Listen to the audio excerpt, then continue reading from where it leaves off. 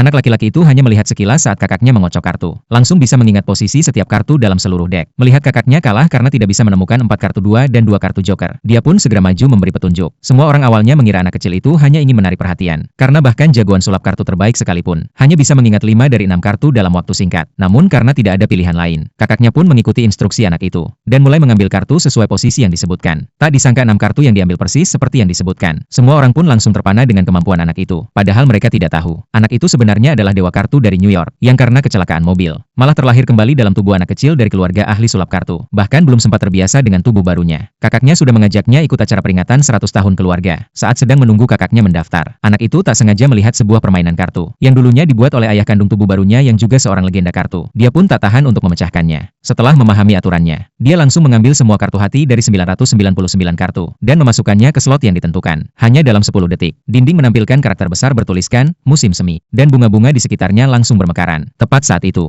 paman kedua masuk bersama para ahli sulap kartu. Mereka semua terkejut melihat teka-teki itu terpecahkan, karena selama ini tidak ada satupun orang di New York yang mampu memecahkannya. Paman kedua pun segera bertanya pada kakaknya, apakah dia melihat siapa yang menyelesaikannya. Anak laki-laki itu langsung berkata santai, bahwa itu hanya trik kecil dan tidak perlu dipermasalahkan. Namun para tetua menganggap dia hanya sedang mencari muka. Sepupu mereka pun maju dan berkata, bahwa ayah kakak mereka dulunya adalah legenda, sedangkan mereka berdua tidak mewarisi kemampuannya. Lalu menuntut agar semua harta warisan diserahkan. Kakaknya menjawab dengan tegas, selama dia bisa mengalahkan sepupunya di ujian keluarga, dia tetap berhak atas warisan. Kakaknya yang cemas ditenangkan oleh sang adik. Ujian pun dimulai. Tahap pertama, 4 raja bertemu. Peserta harus menarik 4 kartu king dari deck yang dikocok. Sepupu maju dan dengan keahlian kontrol kartu, berhasil menyelesaikannya dengan mudah. Semua orang pun memuji kemampuannya. Lalu dia lanjut ke tahap kedua, menukar langit dan bumi. Peserta menarik 2 kartu dan 1 kartu acak. Kemudian menukarnya dengan 3 kartu baru secara rahasia. Lagi-lagi sepupu berhasil dengan sempurna. Semua orang kini menanti tahap ketiga. Mata dewa terbuka. Tahapan paling sulit. Peserta ditutup matanya dengan kain hitam. Kartu dikocok secara acak. Dan dalam waktu terbatas. Peserta harus menarik 2 joker dan 4 kartu 2. Ini butuh memori tajam dan kemampuan visualisasi luar biasa. Waktu pun hampir habis. Sepupu panik dan menarik 6 kartu. Namun saat dibuka, hanya 2 yang benar. Dia langsung marah dan melempar kartu. Gagal total. Lalu giliran kakak perempuan. Tapi sebelum naik panggung, kakak tertua mencoba menggantikannya untuk memberi contoh. Saat mencapai tahap ketiga, 5 kartu pertamanya benar. Tapi kartu terakhir justru salah. Meski gagal, sang ayah tetap bangga dan yakin dia akan menguasai kemampuan mata dewa dalam setengah tahun. Anak laki-laki itu hanya bisa menggeleng. Tak menyangka warisan sang dewa kartu. Kini tidak ada satupun yang bisa membuka mata. Dia pun bertekad maju ke panggung. Tapi kakaknya menahannya. Karena dia menyangka adiknya hanyalah anak biasa yang tak mengerti kartu. Kakaknya pun maju. Dan dengan bantuan pengalaman kakak tertua, berhasil lolos 2 tahap awal. Namun di tahap ketiga, karena matanya ditutup, dia bahkan tidak bisa mengocok kartu dengan benar. Orang-orang pun mulai mencemoohnya, menyuruhnya mundur. Namun anak laki-laki itu menyuruh kakaknya tenang dan fokus. Dan seketika seluruh dek kartu tergambar jelas di benak kakaknya. Tapi dia tetap tak tahu posisi pastinya.